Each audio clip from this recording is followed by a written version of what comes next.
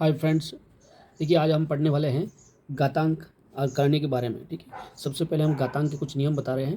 ठीक है, उन नियमों के आधार पे हम आगे के प्रश्न करेंगे। ठीक है, घातांक में देखिए कि अगर आधार समान है, ठीक है, तो उनकी घातें जुड़ जाएगी।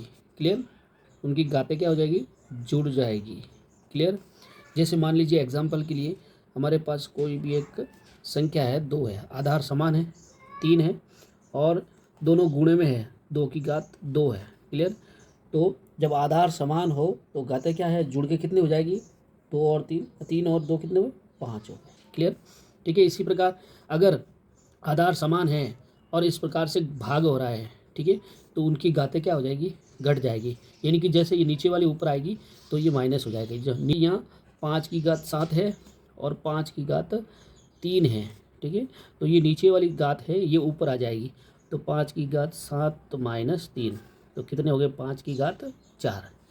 क्लियर, ठीक है। इसी प्रकार अगर आधार, ठीक है, कुछ दिया हुआ है ए और उसकी घात m है और उसके बाहर घात के ऊपर घात है, ठीक है, घात के ऊपर घात नहीं, घात के बाहर एक और घात है, तो ऐसे मामले में घातों का क्या हो जाएगा, गुणा हो जाएगा। जैसे मान लीजिए 3 की घात मैं ले लेता हूँ 3 और उसके बाहर ले लिया मैंने 2, तो इस प्रकार के प्रश्नों में घातों का क्या हो जाएगा, गुणा हो जाएगा। यानी कि 2 और 3 का क्या हो जाएगा, गुणा हो जाएगा।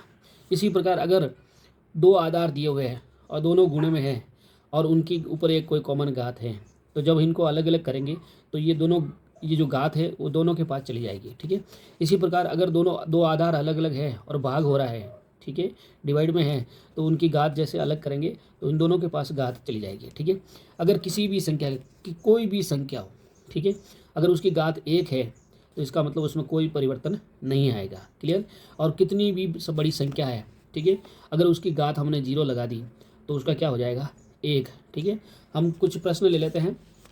ठीक है, तो देखिए एक प्रश्न है कि 4 की घात 3 इंटू 16 की घात 2 इंटू 256 की घात 2 बराबर 2 की घात x है। ठीक है, तो इस वाले को पूरा सॉल्व करके इसका आधार क्या लेकर आना है, 2 लेकर आना है, क्योंकि सामने वाले का आधार क्या है, 2 है। तो इन सबको 2 के गुणनखंड में आपको लिखना है। फिर जैसे ही दोनों आधार बराबर हो जाएंगे हम घातों की क्या कर देंगे, तुलना। ठीक है, तो हम क्या करेंगे, 4 को कैसे लिख सकते हैं, 2 इंटू 2, हम पूरा इसको डिस्क्राइब करेंगे।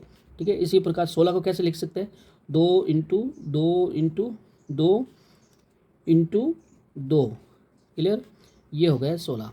और इसी प्रकार 256 को कैसे लिख सके, देखिए 2 इंटू 2 इंटू 2 इंटू 2 इंटू 32 हो गए, ये 64 और ये 128 और ये 256। यानी कितनी बार, 1 2 3 4 5 6 7 8 बार। ठीक है, और सामने की तरफ है 2 की घात x।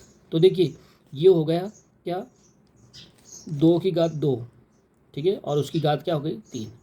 इसी प्रकार ये कितना हो गया, 2 की घात 4, 2 की घात 4 और उसकी घात क्या हो गई, 2। इसी प्रकार ये क्या हो गया, 2 की घात 8 और बाहर कितना दिया हुआ है, 2। क्लियर, कितना दिया हुआ था, 2, तो इसको पूरा के बाहर 2 लिख दो और बराबर 2 की घात x। क्लियर, तो ये देखो जब आधार दिया हुआ है एक और उसके ऊपर कोई घात है और बाहर कोई घात है, तो क्या हो जाएगा, घातों का क्या हो जाएगा, गुणा हो जाएगा। यानी कि 2 3 6 हो जाएगा। क्लियर, इसी प्रकार इनका भी घातों का गुणा हो जाएगा, तो 2 की घात कितना हो गया, 8 हो गया। इसी प्रकार इसका भी घातों का गुणा हो जाएगा, तो 8 दूना 16 हो गया। क्लियर, अब देखिए मैंने बताया था कि अगर आधार समान है तो घातें क्या हो जाती हैं, जुड़ जाती हैं। यानी कि 2 की घात 6 प्लस 8 प्लस 16 बराबर 2 की घात x। क्लियर, तो देख लीजिए इनको जोड़ दीजिए, कितना हो गया, 30 हो गया। 2 की घात क्या हो गया, 30 बराबर 2 की घात x। अब देखिए जब आधार समान है तो घातें भी क्या होगी, समान होगी। जब आधार समान है तो घातें भी क्या होगी, समान है, तो x का वैल्यू क्या आ जाएगा, 30। ठीक है, इस प्रकार के प्रश्नों में आप ऐसे कर सकते हैं। ठीक है, देखिए एक और क्वेश्चन है, 64 की पावर 3/6। तो देखिए पहले तो पावर को आप यहाँ पे सरल कर सकते हैं। ठीक है, तो 3 की टेबल से काट लेंगे 1 बार और 3 की टेबल से काट लेंगे ये 6 बार, कितना हो गया, 2 बार कट जाएगा। क्लियर, अब इसके फैक्टर्स कर लीजिए, तो इसके फैक्टर्स क्या होंगे, 2 इंटू 2 इंटू 2 इंटू 16, ये 32 और ये हो गए 64। क्लियर, इसकी पावर क्या हो जाएगी, 1/2। क्लियर। कितना है पावर 6 हो गया, 2 की पावर 6 और इसकी पावर क्या हो गई 1/2। तो मैंने बताया था कि जब घात के बाहर कोई घात हो तो घातों का क्या हो जाएगा, गुणा हो जाएगा। तो 6 और 1/2 का गुणा हो जाएगा। तो 2 के टेबल से एक बार कितनी बार हो जाएगा 3। तो 2 की घात 3 यानी कि इसका आंसर क्या आ जाएगा 8 आ जाएगा। क्लियर।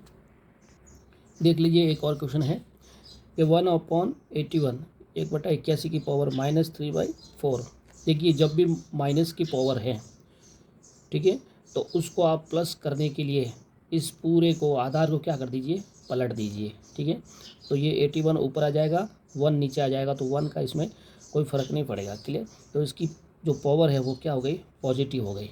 ठीक है, अब इसके फैक्टर करेंगे आप, तो 3 का टेबल से हो जाएगा 3 3 का 9, तो 9 3 27 और 27 दिया 81। क्लियर। ये फैक्टर आप करके देख सकते हैं। ठीक है, अब देखिए 3 कितनी बार है, तो ये हो जाएगा 3 की पावर 4 और बार कितना है 3/4। ठीक है, तो घात के बाहर घात है तो घातें क्या हो जाएगी, मल्टीप्लाई हो जाएगी 4 इंटू 3/4। 4 से 4 क्या हो जाएगा, कट गया, तो 3 की पावर 3 यानी कि आंसर क्या आ जाएगा 27। क्लियर। देखिए एक और क्वेश्चन है कि 625 की घात -1/4। तो देखिए पावर माइनस में है तो इसको प्लस करने के लिए क्या करेंगे, इसको पलट देंगे यानी कि नीचे लेके आ जाएंगे। तो ये हो जाएगा 1/, ठीक है, 625 और इसकी पावर क्या हो गई, पॉजिटिव हो गई। क्लियर। अब देखिए 625 का आप फैक्टर करेंगे तो 5 से हो जाएगा 5 × 5 25 और 25 पंजे 125 और 125 पंजे 625 हो जाएगा। क्लियर। और इस पूरे की पावर तो आपको पता है क्या है 1/4। क्लियर। तो ये हो गया 1/5 की पावर 4। क्लियर। तो देखिए अब एक क्वेश्चन करवाया था हमें कि अगर कोई बट्टे में कोई संख्या दे रखी है और उसकी कोई पावर है तो ये पावर इन दोनों के पास जाएगी। तो 1 की पावर 1/4 तो 1 ही रहेगा, और 5 की पावर 4 और ये 1/4 तो इस घातों का क्या हो जाएगा, गुणा हो जाएगा। क्लियर। तो यहाँ देखिए 4 से 4 क्या हो जाएगा, कट गए। देखिए 1 की पावर आप 1/4 लिखेंगे तो कोई फ़र्क नहीं पड़ेगा। क्लियर। और ये पावर इसके पास भी आएगी, तो ये हो गया 1/4 की पावर क्या 1 हो जाएगा। क्लियर। और 1 का मतलब क्या है, आंसर क्या आ जाएगा 1/5। क्लियर।